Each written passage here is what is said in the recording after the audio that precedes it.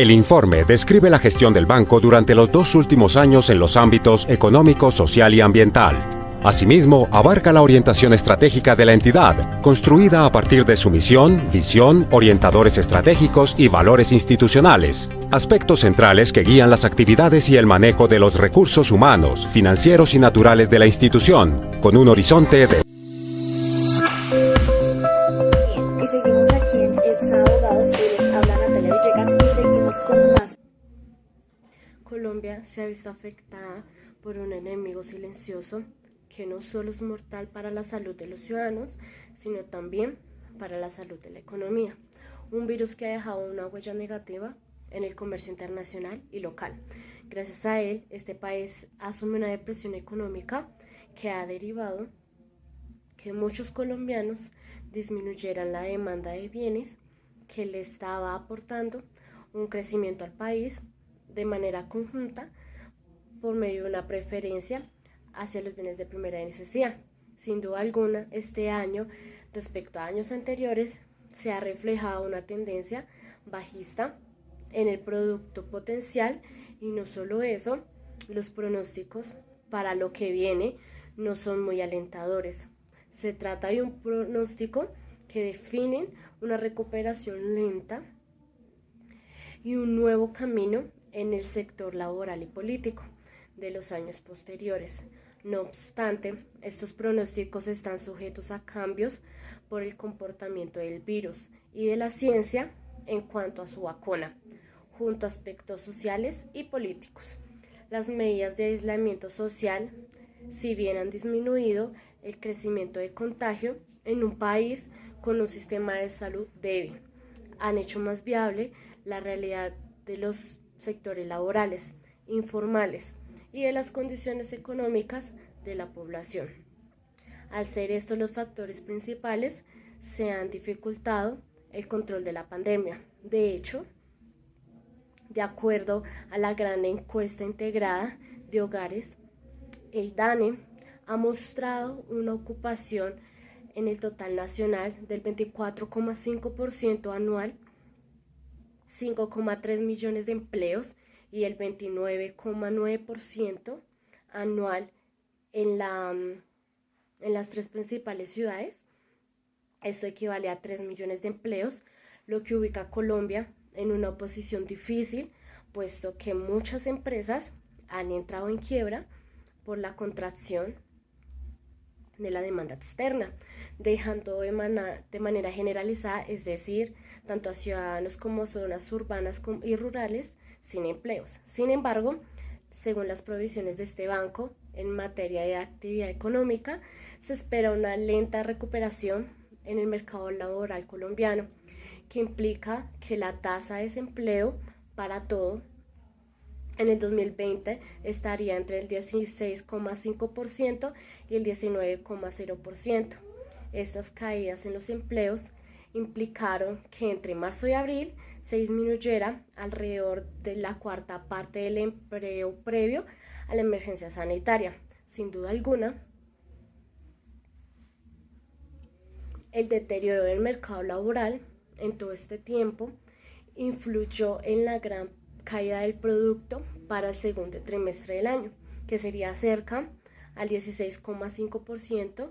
Algunas estimaciones sugieren que la caída del producto para el año 2020 estaría alrededor del 8,5%, en un rango del menos 10% y menos 6%. En el año siguiente, la actividad económica se recuperará del 4,1%, con un rango entre el 3% y el 8%, pero probablemente no alcanzaría los niveles del producto previos a la pandemia. A esto se suma la extensión de confinamiento en las principales ciudades del país y que en el segundo trimestre la demanda externa del país habría registrado una caída histórica, cuya recuperación sería lenta para el año 2021, pero asimismo no alcanzaría a unos niveles previos a la pandemia.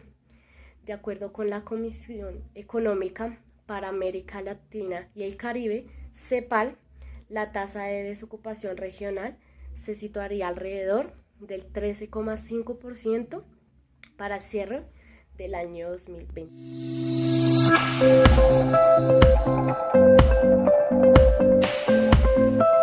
La cartera de la señora Pula Loaiza Por otro lado, algunos productos colombianos como el petróleo y el carbón sufrieron caídas y pérdidas de dinamismo en el mercado.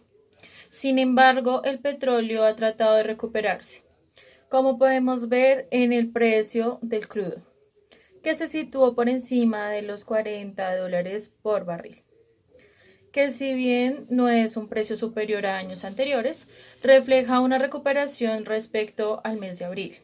Esto se debe principalmente a la oferta y demanda del producto, donde la Organización de Países Exportadores de Petróleo y sus aliados sufrieron recortes históricos en la producción asociados con diversos acuerdos, donde la caída de la extracción de crudo de otras partes del mercado como Estados Unidos y Canadá por la baja rentabilidad del sector provocaron depreciación de este tipo de activos. Aunque por la reactivación de la economía se incrementó la movilidad de vehículos y de pasajeros de transporte aéreo, lo cual produce una recuperación lenta de este producto. Según el equipo técnico de este banco, lo anterior refleja la baja demanda mundial por diferentes tipos de bienes como consecuencia de la pandemia del COVID-19, con lo cual se espera que la cotización de los principales productos básicos de exportación, que es petróleo y carbón, se ubiquen por debajo de los niveles observados del 2019. Teniendo en cuenta lo anterior, se estima que en el 2020 la caída anual de los términos de intercambio podría superar el 20%, lo cual tendría impactos negativos sobre ingreso nacional, por lo cual se prevé que la disminución significativa del consumo y de la inversión privada junto con la depreciación del peso colombiano propicie la corrección en el déficit comercial debido a que estos factores llevarían a una caída de las importaciones de bienes y servicios y las utilidades de las empresas con participación extranjera que atienden en el mercado interno. Adicionalmente, las firmas pertenecientes a los sectores mineros y petróleo presentarían menores rentabilidades debido a los bajos precios internacionales del petróleo y el carbón. En el sector financiero, el equipo técnico llegó a la conclusión de que las tasas de interés promedio de los depósitos y de los créditos comerciales ordinarios y de consumo bajaron y son algo inferiores a las observadas antes de la pandemia, mientras que las tasas de los créditos hipotecarios pertenecieron estables. Las carteras de consumo hipotecaria continuó desacelerándose y la dirigida a las empresas siguió mostrando un aumento anual importante, pero con un menor ritmo de crecimiento en junio, la inflación total de 2,19% y la inflación sin alimentos y regulados de 1,69% descendieron más de lo esperado y se situaron por debajo de la meta del 3%. La caída de la demanda y los alivios transitorios otorgados por el gobierno explicaron este comportamiento y llevarían la inflación a un rango de 1 y 2% a finales de 2020. Las expectativas de inflación en 5 años o menos se sitúan por debajo del 6%. La crisis sanitaria continuaría afectando de forma importante la inflación básica en el horizonte pronóstico debido a este cierre de establecimientos comerciales y de servicios, las restricciones de movilidad, la debilidad de la demanda y posibles cambios en los patrones de consumo en los hogares.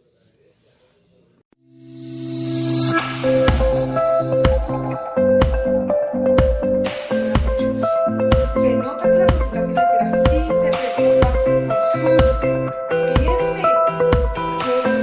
Hola, muy buenas tardes, días o noches, donde quiera que nos estén viendo del país en estas noticias internacionales. Y bueno, empecemos. A finales del 2020, la inflación se situaría en un rango del 1% y 2% y subiría en 2021 para situarse entre el 2% y el 3%. Cabe destacar que el Banco de la República, en parte de la Junta Directiva, al cual se dirige este informe que tenemos para presentar, es hacer todo lo posible de acuerdo a la Constitución para mantener la capacidad adquisitiva de la unidad y disminuir la inflación. Para el 2021, de acuerdo al análisis realizado en este Banco de la República, el déficit de la cuenta corriente presentaría un ligero repunte a la mejora de la actividad económica, que esto impulsaría el gasto en importaciones y la rentabilidad de las firmas extranjeras, cifras mensuales, que la caída de las exportaciones se concentró en marzo de este año, mes en el que se rompieron las tendencias del crecimiento global a raíz de la extensión de la pandemia. Las caídas más importantes se dieron a las ventas externas en efecto, no tradicionales, y servicios hacia finales de marzo. Las exportaciones mineras habían sido afectadas con el cierre de algunas de las más grandes minas de carbón como consecuencia de la emergencia sanitaria.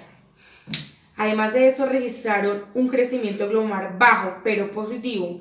El nivel de las importaciones fue menor que el que se había observado en un trimestre anterior. Esta reducción no solo sube con la desaceleración de las dificultades, sino también podemos ver que desde este periodo empezaron a bajar en puntos internacionales en el mundo. La desaceleración de las importaciones también tiene un impacto en la fuerte contracción en las importaciones y las demandas externas, que no obstante demostró un ligero deterioro frente al trimestre del año anterior, 2019. Así, la demanda externa contribuyó negativamente al crecimiento del primer trimestre. Esta dinámica sería compensada principalmente por los mejores.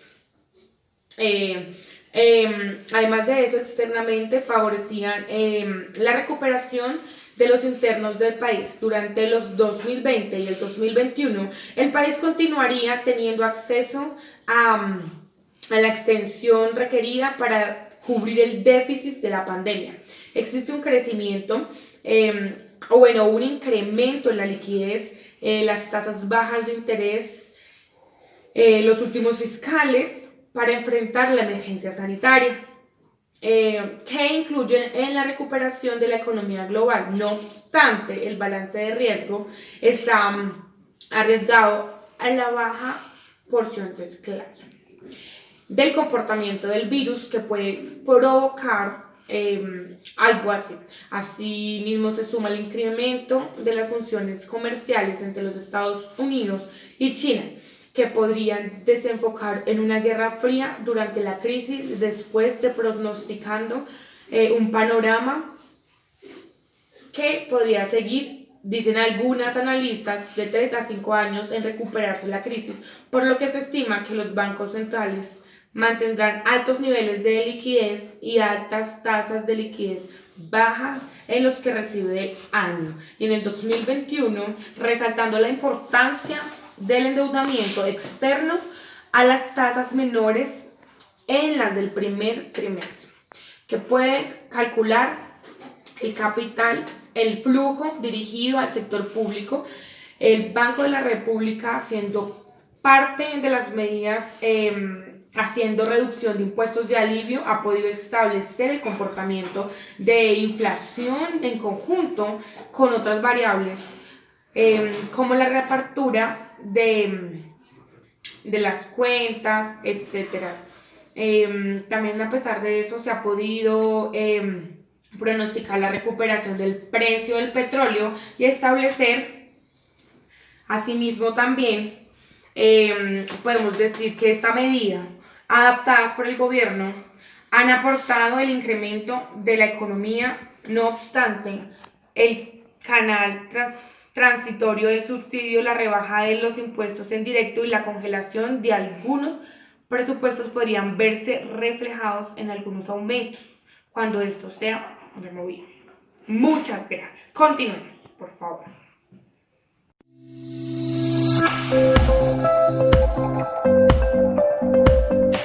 Saludos, Estefanía, de parte de Exay Abogados y quien le habla Calderón.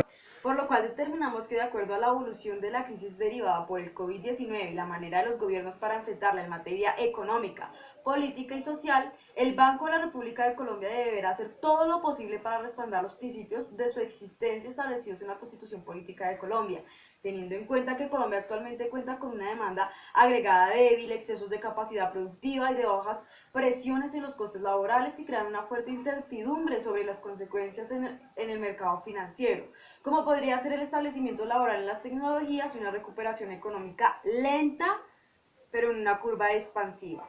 Cabe aclarar que el presente informe se basó en las fuentes del Banco de la República y de la Superintendencia Financiera de Colombia, junto con otras que sirvieron para determinar el funcionamiento de la economía nacional y las variables exógenas y endógenas de los resultados de los modelos económicos utilizados por estas fuentes para ofrecer una postura más clara de la situación económica en este año. Sin embargo, en este informe exponemos estos datos de manera secundaria para dar un protagonismo a la integración intelectual de lo que el Grupo 4 considera que está pasando en Colombia en materia económica.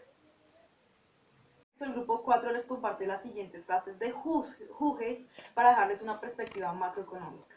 Quien no tiene no es, quien no tiene un auto, quien no usa calzado de marca o productos importados está simulando existir. Economía de importación, cultura de impostación. En el reino de la tiringuería estamos todos obligados a embarcarnos en el crucero del consumo que surca las aguas agitadas del mercado. La economía mundial exige mercados de consumo en perpetua expansión para dar salida a su producción creciente y para que no se derrumben sus tasas de ganancia, pero a la vez exige brazos y materia prima a precios irrisorios para abatir sus costos de producción.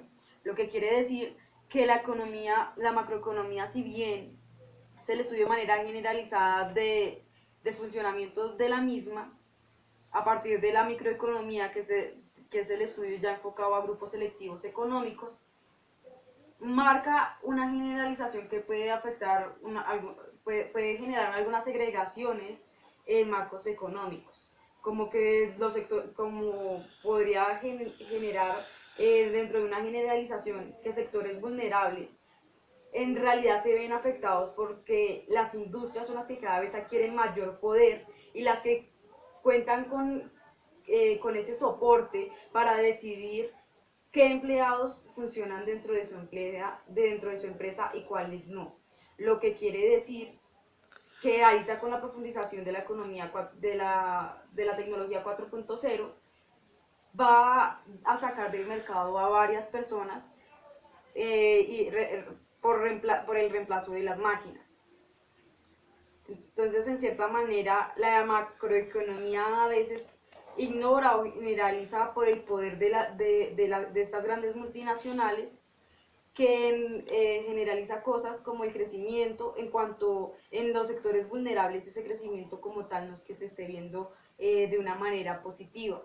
¿Por qué? Porque cada vez le estamos dejando más poder a las multinacionales y más poder a muy pocos y a la amplia isla de personas que no tienen oportunidades las estamos dejando atrás.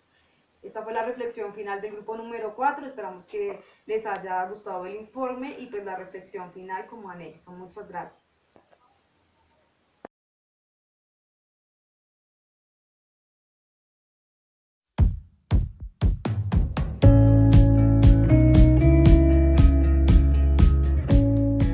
Con frecuencia uno oye decir que las decisiones del Banco de la República son muy importantes para nuestro bolsillo. Sin embargo, muchas personas no saben qué es el Banco de la República y mucho menos qué hace para mejorar el bienestar de los colombianos. Para aclarar esas y otras inquietudes, 2 veces al año, la Junta Directiva del banco presenta un informe al Congreso y al país, donde explica con detalle las acciones que ha implementado en ese periodo, sus resultados financieros y las perspectivas para el futuro próximo. Yo soy Juan José Chavarría, gerente general del Banco de la República, y quiero invitarlos a conocer qué decisiones toma el banco y cómo éstas inciden en la economía colombiana. Antes de entrar en materia, es importante recordar que el Banco de la República no es como cualquier otro banco. Es una entidad pública a la que la Constitución del 91 le dio el mandato de velar por el mantenimiento del poder adquisitivo de los colombianos. Para lograr ese objetivo, el banco no solo debe tener en cuenta el comportamiento de los precios, sino además factores como el ritmo de actividad económica, el desempeño del mercado laboral, los mercados financieros y la evolución del entorno internacional. Para saber cuáles fueron las condiciones nacionales e internacionales que llevaron a la toma de decisiones de política monetaria por parte del banco en el último periodo, así como para conocer nuestra visión del estado actual de la economía y de sus perspectivas en el futuro próximo, los invito a ver esta serie de videos que acompañan cada uno de los informes de la Junta Directiva al Congreso de la República.